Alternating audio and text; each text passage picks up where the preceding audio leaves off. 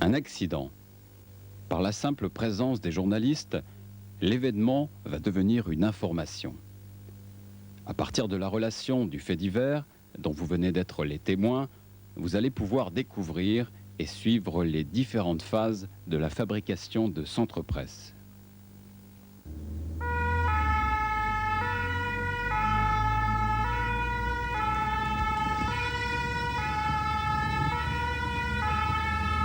Hélas, chaque jour, les routes de France sont le théâtre de centaines d'accidents comme celui que vous venez de voir, et chaque fois, le scénario reste à peu près le même. L'arrivée des pompiers, généralement prévenus en priorité, l'évacuation des blessés, puis l'arrivée des gendarmes dont la mission est d'assurer la sécurité et la fluidité du trafic. Au moment où les services de sécurité et de police sont prévenus de l'accident, les journalistes, grâce à leur réseau d'information, sont à leur tour alertés. Dès cet instant, ils quittent fébrilement leur rédaction. Pendant les minutes durant lesquelles ils se transportent sur les lieux de la collision, une foule de questions leur vient à l'esprit. Quel est le degré de gravité? Combien de voitures sont en cause? Y a-t-il des morts? Des blessés? Suivant l'importance de l'événement, faut-il prévoir une photo couleur pour la une ou une photo noir et blanc pour les pages intérieures? Pendant ce trajet, qui paraît toujours trop long à tout journaliste, ressurgissent les questions rituelles. Où? Qui? Quoi? Comment? Pourquoi? Quand? En toutes circonstances, le journaliste demeure volontairement prisonnier des règles et principes sur lesquels repose la déontologie de cette noble profession. Pendant ce temps, les services de police ou de gendarmerie s'emploient à déterminer les causes exactes de l'accident, tentent d'établir le degré de responsabilité de chaque partie en cause, auditionnent les témoins, consignent toutes les observations utiles en vue d'établir leur rapport. À partir de l'ensemble de ces données, le gendarme sera en mesure de fournir aux journalistes arrivés sur les lieux toute ou partie des éléments nécessaires à la rédaction de son article. De son côté, le photographe, dont les appareils ont évolué de façon moins spectaculaire, joue un rôle qui est décisif sur le plan de l'impact de l'information elle-même. Si les nouvelles techniques ont aujourd'hui envahi les services de fabrication de Centre Presse, comme vous allez pouvoir en juger, il n'en demeure pas moins qu'à la source de l'information, le journaliste a toujours recours à son calepin et son stylo.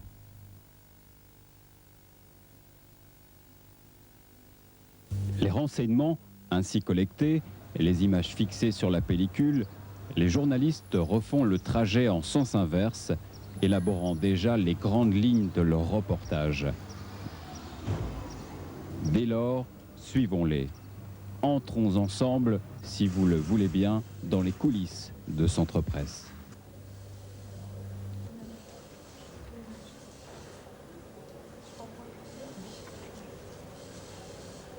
Tandis que le journaliste saisit son texte sur son micro-portable, le photographe confie sa pellicule au laboratoire interne de développement.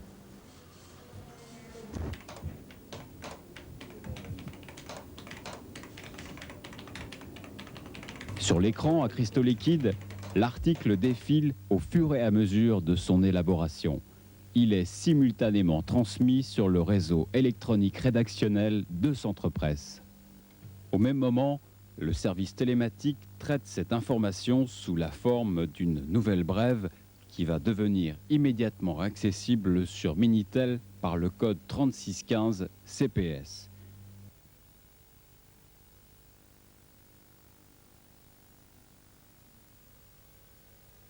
On notera au passage que le service télématique de Centre Presse possède également le code 3615 F1, plus particulièrement réservé aux informations sportives, ainsi que les codes 3615 logé 86 et 3615 logé 19, qui sont des services régionaux de transactions immobilières.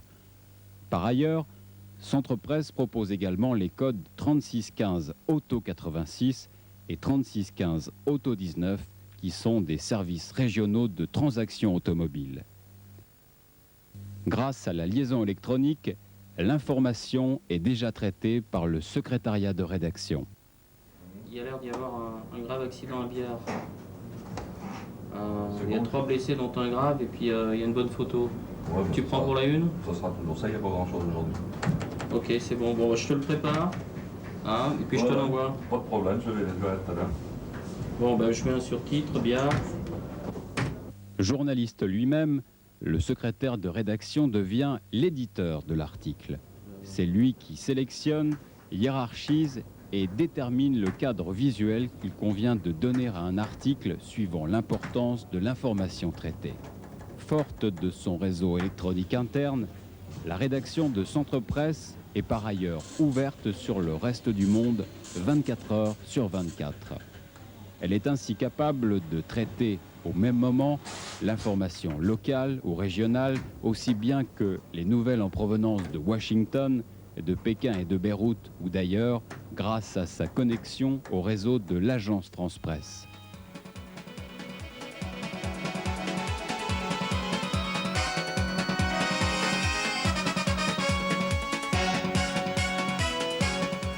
Après son traitement par le secrétariat de rédaction, l'article va prendre sa forme concrète grâce au procédé désormais classique de la photocomposition.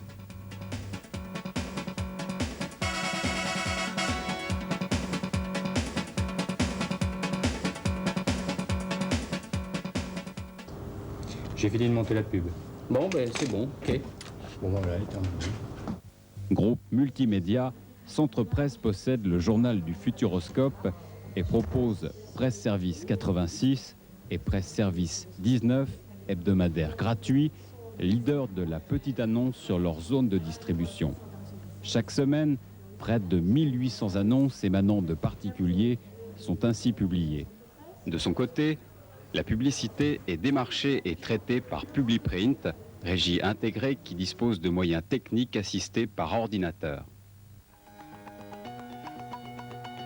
Dans les phases de montage, la publicité et l'information se côtoient suivant des règles judicieusement élaborées conjointement par le service de création publicitaire et le secrétariat de rédaction.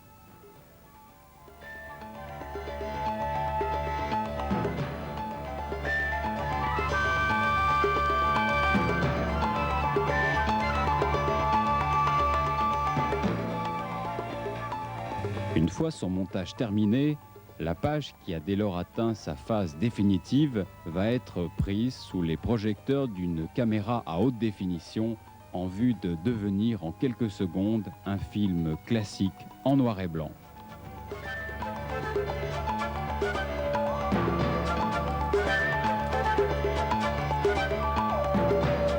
Le film peut alors quitter les ateliers de montage de Centre Presse de la rue Victor Hugo pour rejoindre le centre d'imprimerie situé sur la zone industrielle de Beaulieu, toujours à Poitiers. Là, dans un premier temps, grâce à un jeu de lumière surpuissant, le film subit le procédé de l'insolation. Il se trouve ainsi reporté sur une plaque métallique présensibilisée. C'est cette plaque métallique qui ira, tout à l'heure, habiller l'un des cylindres de la rotative. Pour vous permettre de mieux mesurer l'évolution de la technique d'impression, nous avons pris la liberté de remonter le temps en vous offrant ces quelques images. Voyez, par exemple, cette linotype qui était encore en service à Centre Presse en 1975.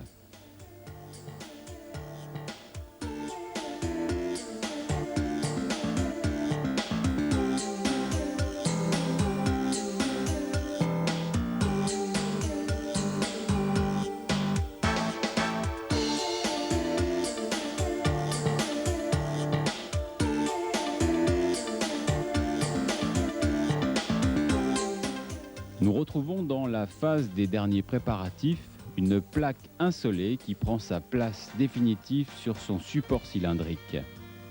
13 groupes, 6 demi-groupes, un planétaire couleur et 2 sorties simultanées, c'est une énorme machine de 30 mètres de long qui se met en marche.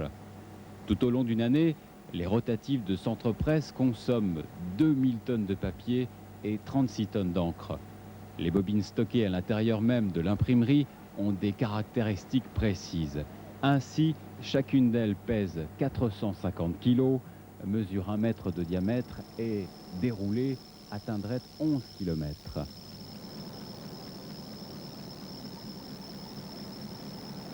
Le fait divers, dont vous avez été les témoins privilégiés, fait maintenant la une de Centre-Presse. Dans quelques instants, lorsque la rotative atteindra sa vitesse maximale, les journaux sortiront à la cadence de 25 000 exemplaires à l'heure.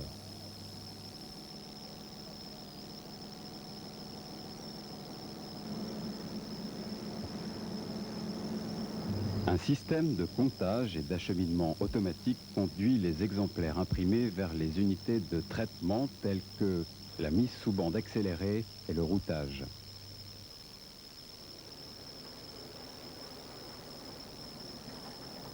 Centre-Presse va arriver chez vous suivant 3 formules, soit par abonnement PTT,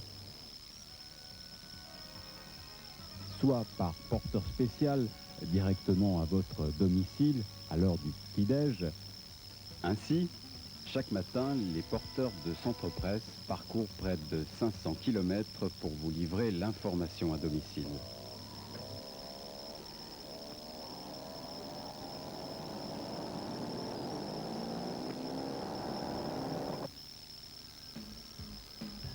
Enfin, vous pouvez tout naturellement acheter Centre-Presse chez votre marchand de journaux habituel. Centre-Presse conjugue le présent au futur et se projette dans l'avenir afin de mieux vous servir.